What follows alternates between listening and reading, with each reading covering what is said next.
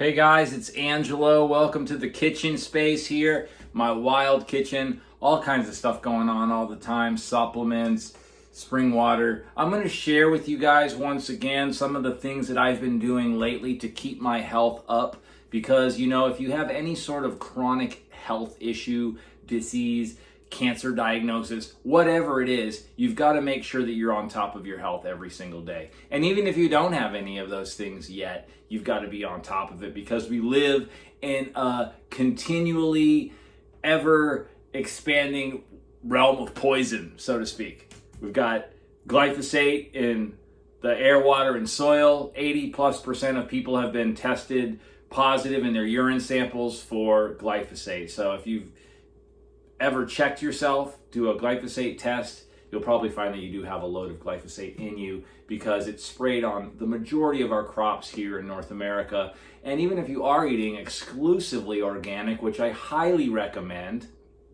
despite what you might think about the cost of organic or how organic it really is, there's evidence behind it. I look for evidence and I look for science, and I found that people that are eating organic foods have less pesticides in their body. That's just a fact. Now, is all organic food the same? No. There's organic cookies and there's organic sugars and there's all this other stuff. But I eat real food. That's one of my mottos. Just eat real food. JERF, just eat real food. So what I do every day, I start my day with water.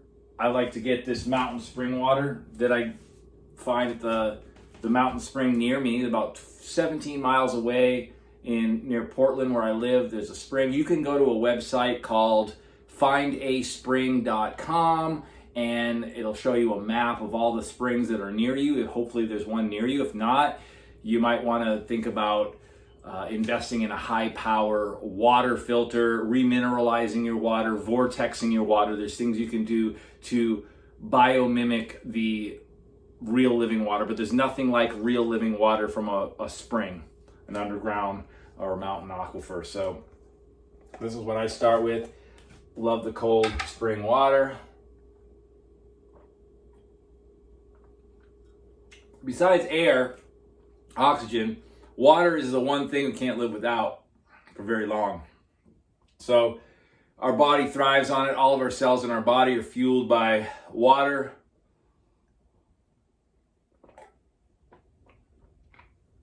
You can overhydrate, but the vast majority of people are not hydrating enough, or their body doesn't have the ability to absorb the hydration that they're putting into it because of all kinds of other issues, inflammation in the gut. I say this a lot.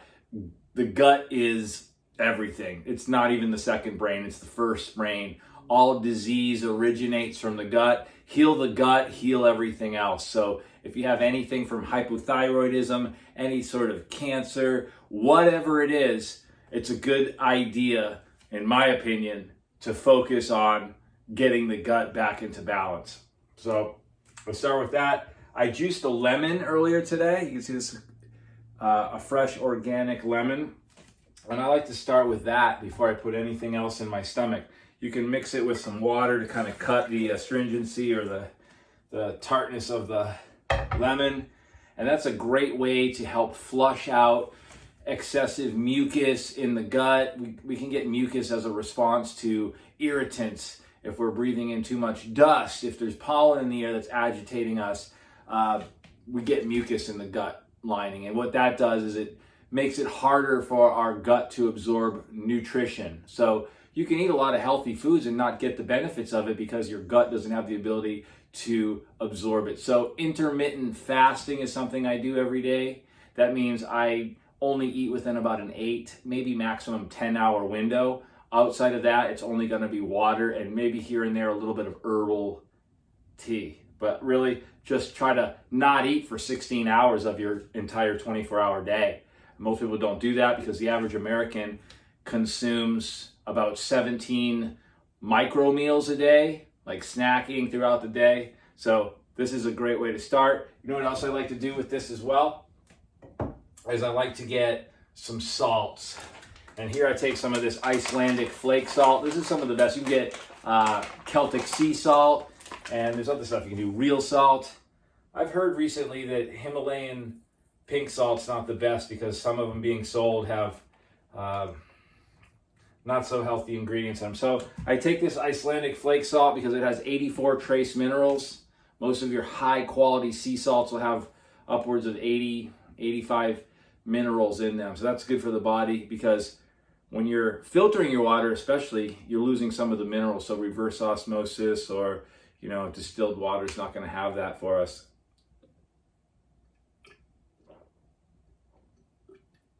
I know growing up, we've been sold on the Pepsi Cola product called Gatorade that we are told that it helps us rehydrate our body. Now, while it's true that some sugar and some salts are great for electrolytes in the body, you can do away with all the other processed food ingredients that's in Gatorade, like food colorings, like Red Lake number 40, which is toxic. It causes brain issues.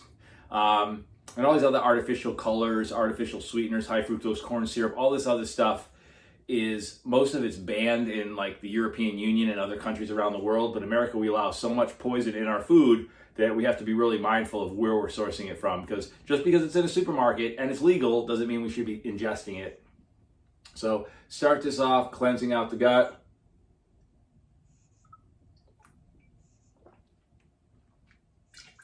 Salty, tart.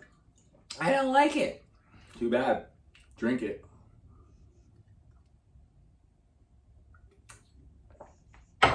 Thing is, when we've been eating unhealthfully and drinking unhealthfully for a while, our body is going to start becoming acidic. And an acidic body creates parasites. It creates inflammation, as I mentioned. Over time, that's going to change our palate and what we hunger and thirst for. So if you've been eating acidic foods, lots of coffee, lots of caffeinated drinks, lots of processed sugars, and not a real food, whole food based diet, we're going to start to crave more sweets, more junk. When you get your body more into an alkaline state, your body is going to start craving greens, real foods, healthy fats.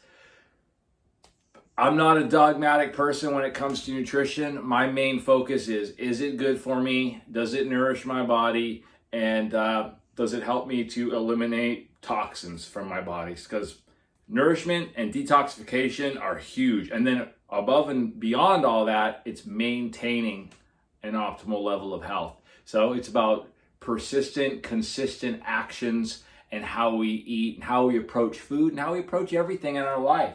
So this is where I'm at. Seed there. Another thing I like to do is get into some turmeric.